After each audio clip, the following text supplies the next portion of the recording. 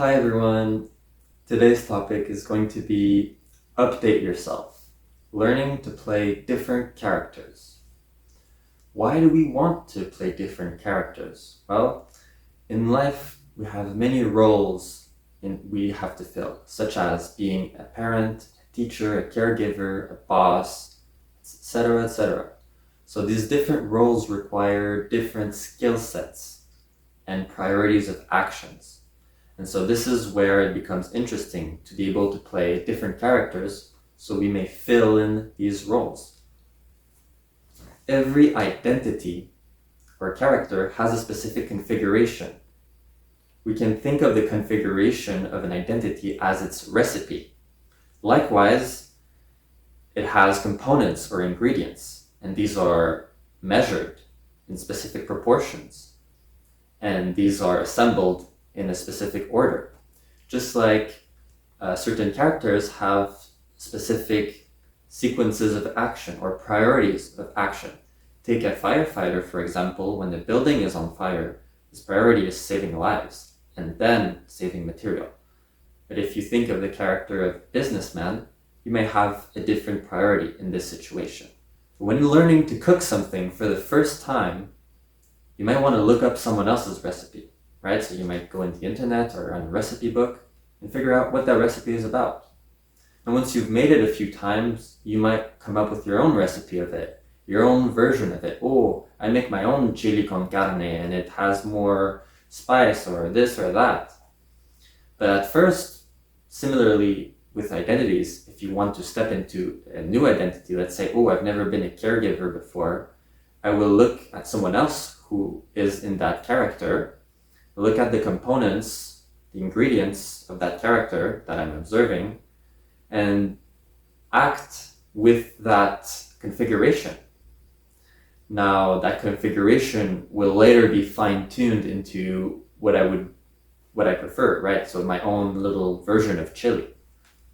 So this we can do with characters. For the first time, when we need to know what that character is about, well, the best way is to see how others are doing it and then to adapt it to your needs. Look around and see what new recipes you can add to your recipe book. So the goal is not to find the perfect recipe or the perfect identity. In fact, it is to expand your ability to cook or to play different roles. Expand your palette and play more and more things, because there is a perfect time to have dessert and there's a perfect time to have an appetizer. But there is no perfect appetizer per se. Now, how do we do this? How do you update yourself? Well, every instant of the present moment is a new version of reality. Think of a web page being refreshed. So every instant is a new version. This renewal enables an infinite array of configurations of identity.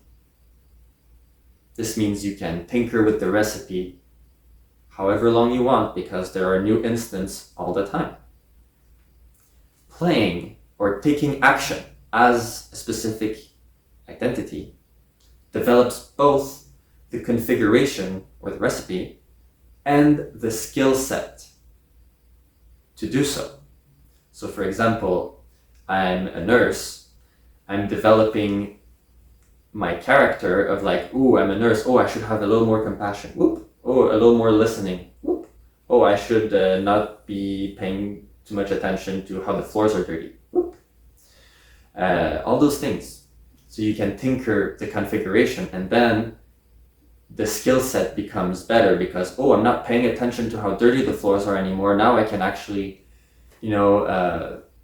give my care to the patients. And as I get more experienced, then my skills, right? Oh, I'm better at wrapping people's bandages and things like that develop with experience. So the first time you play a new character, you might not be very good at it. And that's okay, because you all start somewhere. So same thing with acting. You all start somewhere, but just keep doing it and keep practicing that role and that character. And then it will further unlock. Here are 3 steps for the practical application of selecting a new character, the first step, you want to embrace the unknown within. You're not just mentally knowing, oh, there is unknown within me. No, it's embracing it. You embrace this unknown with a big hug. This unknown is everything you can't even imagine yourself to be. And once you embrace that unknown, you have that space. You give yourself that space to act as any possible character. The second step to the practical application is simply to choose your character. What kind of character would be best in this situation for me right now? And the third step is simply play and experience and act as that character. As you play and play more and more, you are reinforcing the neural pathways in your brain. And so you're becoming more and more adept at being that character. So practice is really what makes perfect in this case. It is so much better to be able to go from one character to the next, to the next, to the next. Now, when we go into different characters, we're not necessarily being in our not true self. Well, what is your true self? I'm not sure you will ever have a definite answer for that.